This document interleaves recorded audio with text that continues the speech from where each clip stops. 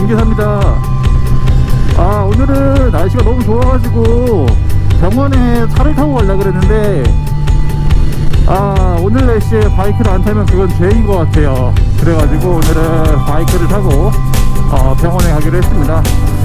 병원에 가는 거는 제가 지금 거북목이라는 진단을 받았어요. 그래가지고 약간 보통 사람들은 목뼈가 경추뼈라고 하죠.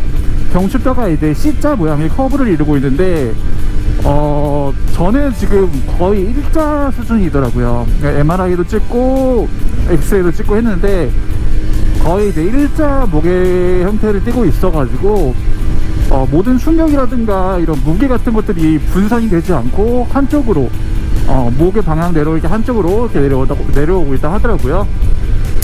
그래가지고 뭐 당장 교정을 받는 건 아닌데 일단 전기 치료라던가 그런 거를 통해서 조금 치료를 진행하는 것 같습니다. 그래서 오늘은 전기 치료를 받으러 이제 가는 중이에요. 오늘은 일본의 오토바이 라이프라고 할까요? 제가 지금 즐기고 있는 일본에서의 오토바이에 대해서 한번 이야기를 해볼까 해요. 결론부터 말씀드리자면은 일본은 오토바이 타는 게 한국보다 좋은 것 같아요. 이렇게 좋은 거에 대해 이제 이유도 있고 물론 단점도 있어요. 단점도 있는데 좋은 거에 대해 이유 일단 첫 번째는 뭐냐면은 내가 신뢰의 원칙이라고 하죠. 한국에서는 신뢰의 원칙이라고 하는데 내가 신호를 지키는 만큼 상대방도 신호를 지켜줍니다. 그런 것들이 어느 정도 지켜져요. 제가 말하는 게 뭐 항상 바이블은 아니지만 보통 일본 사람들이 신호 위반도 잘 안 하고 과속도 안 하고 하다 보니까 그런 부분에 있어서 제가 신호만 잘 지키고 간다면은 사고 날 위험이 한국보다는 상당히 적겠죠. 왜냐면 한국에서는 저도 물론 운전을 했었지만은 신호 위반하시는 분들이 너무 많아요. 특히나 이제 밤 같을 때에는 신호를 거의 안 지키시더라고요. 물론 시내를 제외하고 외곽에서. 일본에서는 이제 심지어 이제 그 양아님들조차도 밤에 신호 다 지키고 합니다. 속도는 안 지키는데 신호는 지켜요. 자기 몸 소중한 걸 아는 거죠.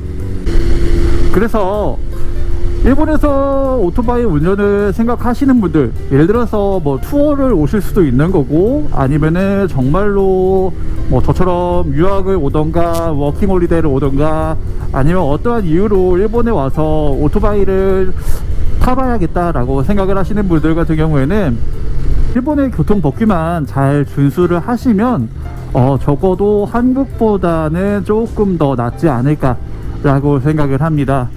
그 다음에 두 번째 장점이에요. 두 번째 장점인데 저는 솔직히 그렇게 생각하지 않는데 도로 사정이 한국보다 많이 깨끗하다라고 하시는 분들이 계셨어요.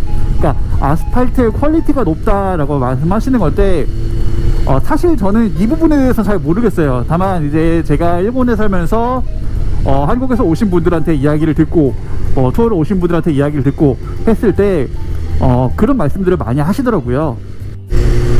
그래서 이 바닥 같은 경우에도 저는 잘 모르겠어요. 그런데 한국보다는 많이 깨끗하다고 해요.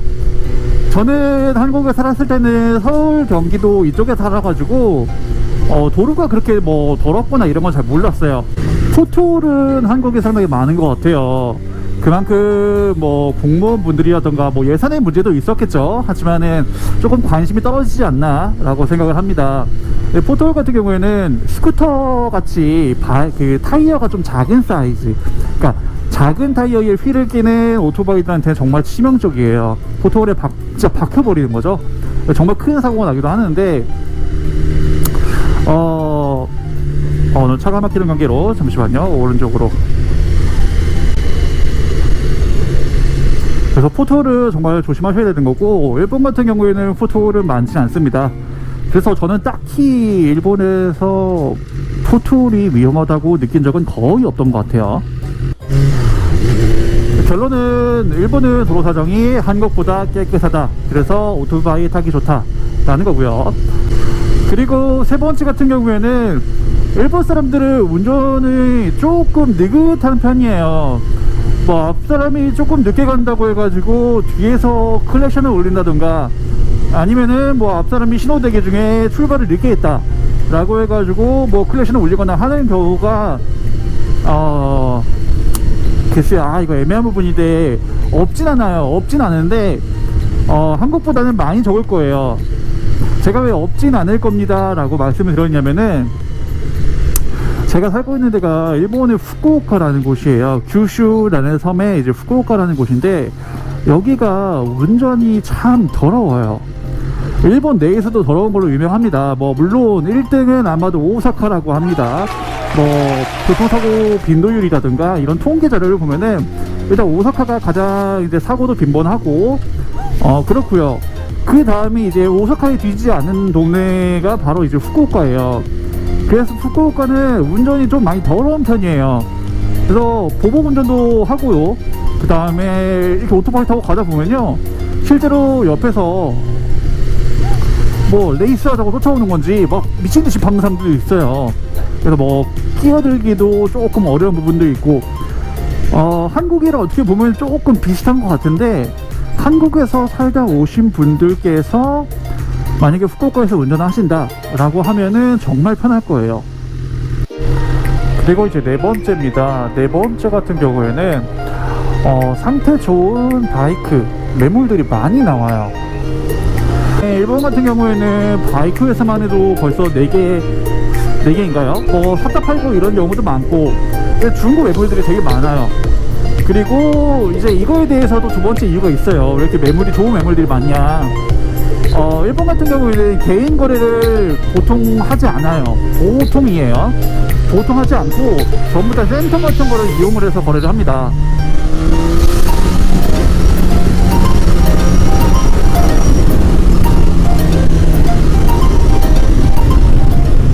센터를 통해서 거래를 하다 보니까 죄송해요. 이게 속도를 낼 때는 제가 두 가지를 못 하겠습니다.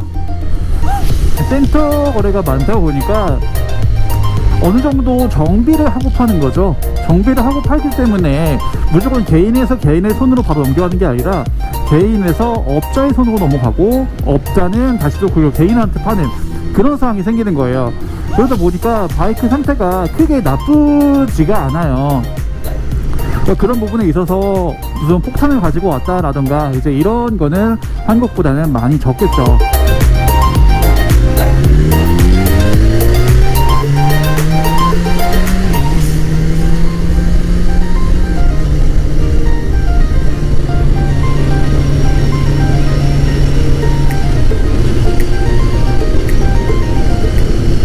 좋네요. 저는 이렇게 항상 달리면서 아무것도 없는 상태에서 방송하고 싶어요. 저 달리는 거 되게 좋아하거든요. 뭐 물론 빨리 달리는 거 좋아하는 건 아닌데, 그래서 이런저런 이유들로 일본에서 라이딩을 하기가 상당히 좋다라고 생각을 합니다. 자, 이제 좀 있으면 거의 다 병원에 도착을 하는데, 일본에서 라이딩을 하면서 단점도 물론 있어요. 저는 단점이 훨씬 더 많다고 생각을 하고, 그 단점들마저도 장점이 상회시킨다고 생각을 하는데, 그래도 단점은 단점이니까. 자, 이제 정말 병원에 다 왔어요. 제가 가는 곳은 마츠모토 정형외과라고 해요. 옛날에 사고 났을 때도 왔던 병원인데, 이번에 또 목이 아파서 또 오게 됐네요. 아주 멀지만 괜찮은 병원인 것 같습니다. 자, 주차를 하러 갑니다.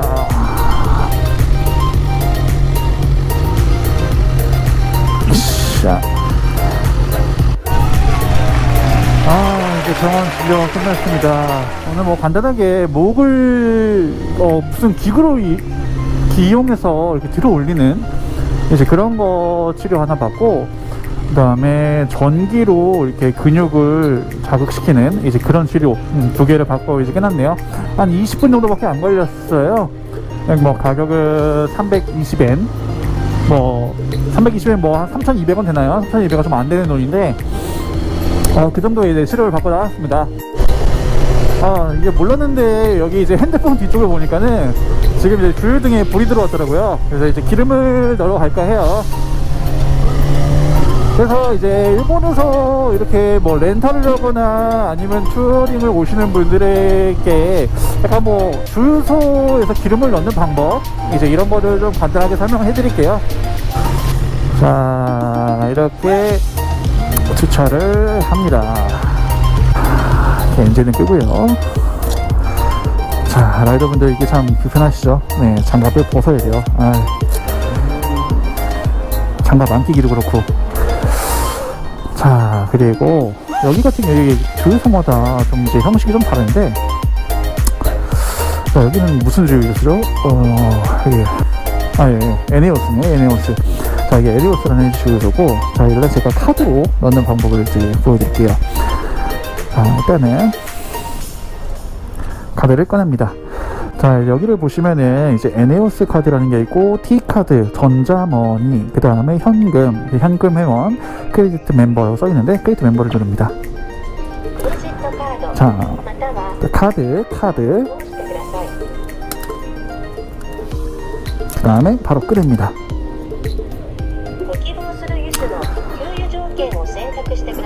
자, 이제 뭐 희망하는 이제 기름을 선택하라, 이제 이거예요. 뭐 에스터널 같은 경우에는 하이오크라고 하죠. 고급 휘발유를 넣어야 돼요. 그래가지고 이제 고급 휘발유 만땅 그럽니다. 일본에서 고급 휘발유는 항상 노란 색깔입니다. 항상 확인하시고. 자, 이제 가면 돼요. 가서 그 다음에 겨울이니까 정전기 좀 더치 좀 해주고. 자, 이렇게 해서 기름을 주의합니다. 어이구, 흘렀네. 자, 이렇게 넣으시면 끝납니다. 간단하죠? 자, 여기서 마지막으로 영수증을 받아서 넣으면 끝납니다. 자, 주머니에 넣고요.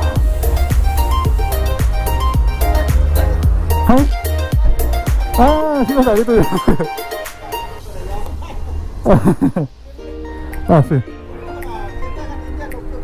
そうですか。結構楽ですよ。1000です、1000です。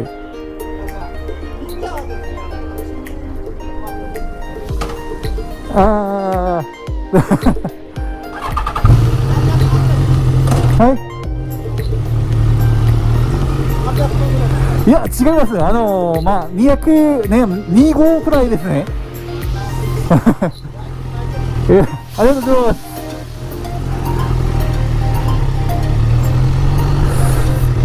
자, 이렇게 말을 걸어주시는 분들도 있고, 또 라이딩이 로밍이 아니겠습니까? 뭐 좋은 차를 산다고 말을 걸겠습니까?